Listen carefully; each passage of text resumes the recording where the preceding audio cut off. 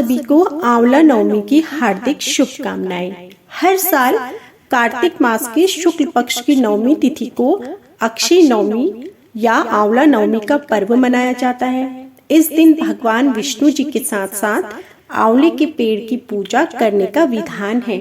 माना जाता है कि इस दिन आंवले के पेड़ की विधिवत पूजा करने के साथ सपरिवार पेड़ के नीचे बैठकर भोजन करने से सुख और समृद्धि की प्राप्ति होती है और हर रोग, दोष और भय से छुटकारा मिल जाता है।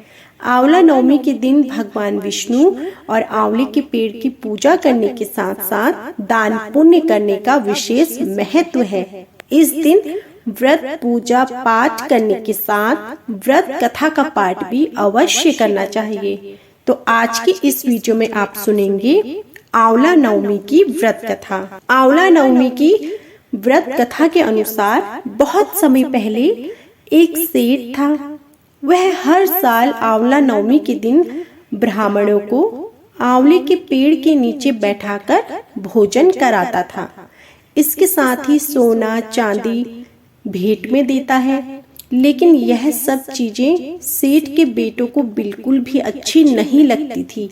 ऐसे में वह अपने पिता से खूब लड़ते और झगड़ते थे। इन सब चीजों से तंग आकर सेठ ने घर छोड़ दिया और दूसरे गांव में जाकर बस गया। इसके साथ ही जीवन यापन के लिए एक छोटी सी दुकान खोल ली। इसके साथ ही उस दुकान के आगे एक आंवले का पेड़ भी लगाया। भगवान की कृपा इतनी हुई कि दुकान खूब चलने लगी।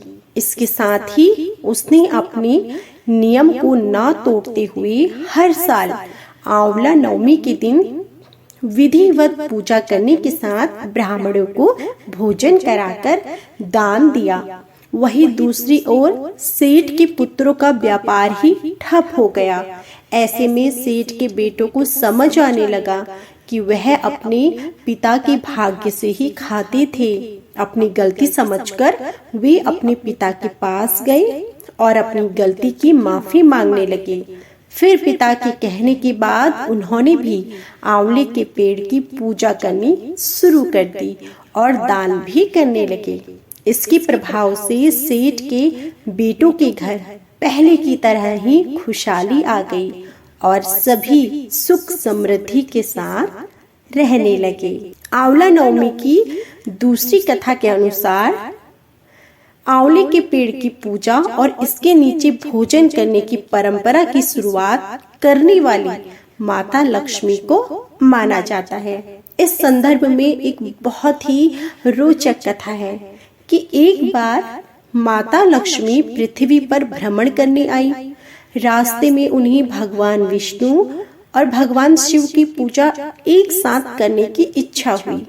लक्ष्मी माँ ने विचार किया कि एक साथ भगवान विष्णु और भगवान शिव की पूजा कैसे हो सकती है।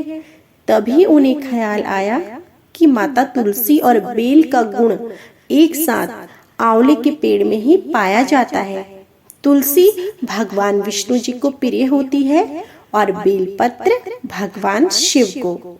आंवले के वृक्ष को भगवान विष्णु और शिव का प्रतीक चिन्ह मानकर माँ लक्ष्मी ने आंवले के वृक्ष की पूजा की। पूजा से प्रसन्न होकर भगवान विष्णु और भगवान शिव प्रकट हुए। माता लक्ष्मी ने आंवले के वृक्ष के नीचे भोजन बनाकर भगवान विष्णु और भगवान शिव को भोजन करवाया। इसके बाद स्वयं भोजन किया। जिस दिन यह सब घटना हुई थी उस दिन कार्तिक शुक्ल पक्ष की नवमी तिथि थी। इसी समय से यह परंपरा चली आ रही है और आंवला नवमी के दिवस पर मनाई जाती है। आंवला नवमी के दिन महिलाएं सुबह स्नान करके अपने आसपास किसी आंवले के पेड़ के पास जाकर उस जगह पर साफ सफाई करें। इसके बाद आंवले के पेड़ के नीचे पूर्व दिशा में खड़े होकर जल और दूध जरूर अर्पित करें।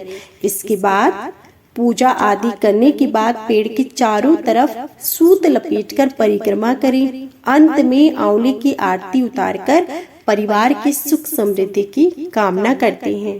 पौराणिक मान्यताओं के अनुसार कार्तिक शुक्ल पक्ष की नवमी से लेकर पूर्णिमा तक भगवान विष्णु आंवले के पेड़ पर ही निवास करते हैं, इसलिए इस पेड़ की पूजा अर्चना की जाती है। यह भी कहा जाता है कि इस दिन भगवान श्री कृष्ण अपनी बाल लीलाओं का त्याग करके वृंदावन की गलियों को छोड़कर मथुरा चले गए थे। आंवला भगवान विष्णु जी का सबसे प्रिय फल है और आंवले के वृक्ष में सभी देवी देवताओं का वास भी होता है, इसलिए इसकी पूजा का बहुत ही ज्यादा प्रचलन है। आयुर्वेद के अनुसार आंवला आयु बढ़ाने वाला फल है। यह अमृत के समान माना जाता है, इसलिए हमारे हिंदू धर्म में इसका ज्यादा ही महत्व है। आंवले के वृक्ष की पूजा करने से देवी देवताओं का आशीर्वाद प्राप्त होता है। इस दिन व्रत रखने से संतान की प्राप्ति भी होती है। ऐसी मान्यता है कि आंवला पेड़ की पूजा कर 108 बार परिक्रमा करने से मनुष्य की सभी मनोकामनाएं भी पूर्ण होती हैं। अक्षय नवमी या आंवला नवमी के दिन यदि आंवले की पूजा करना और इसके नीचे बैठकर भोजन बनाना और खाना संभव नहीं हो तो इस दिन आंवला जरूर खाएं।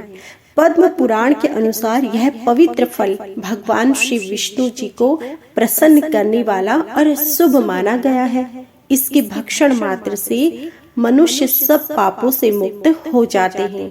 आंवला खाने से आयु बढ़ती है, उसका रस पीने से धर्म संचय होता है और उसके जल से स्नान करने से दरिद्रता दूर होती है तथा सब प्रकार के ऐश्वर्य प्राप्त होते हैं।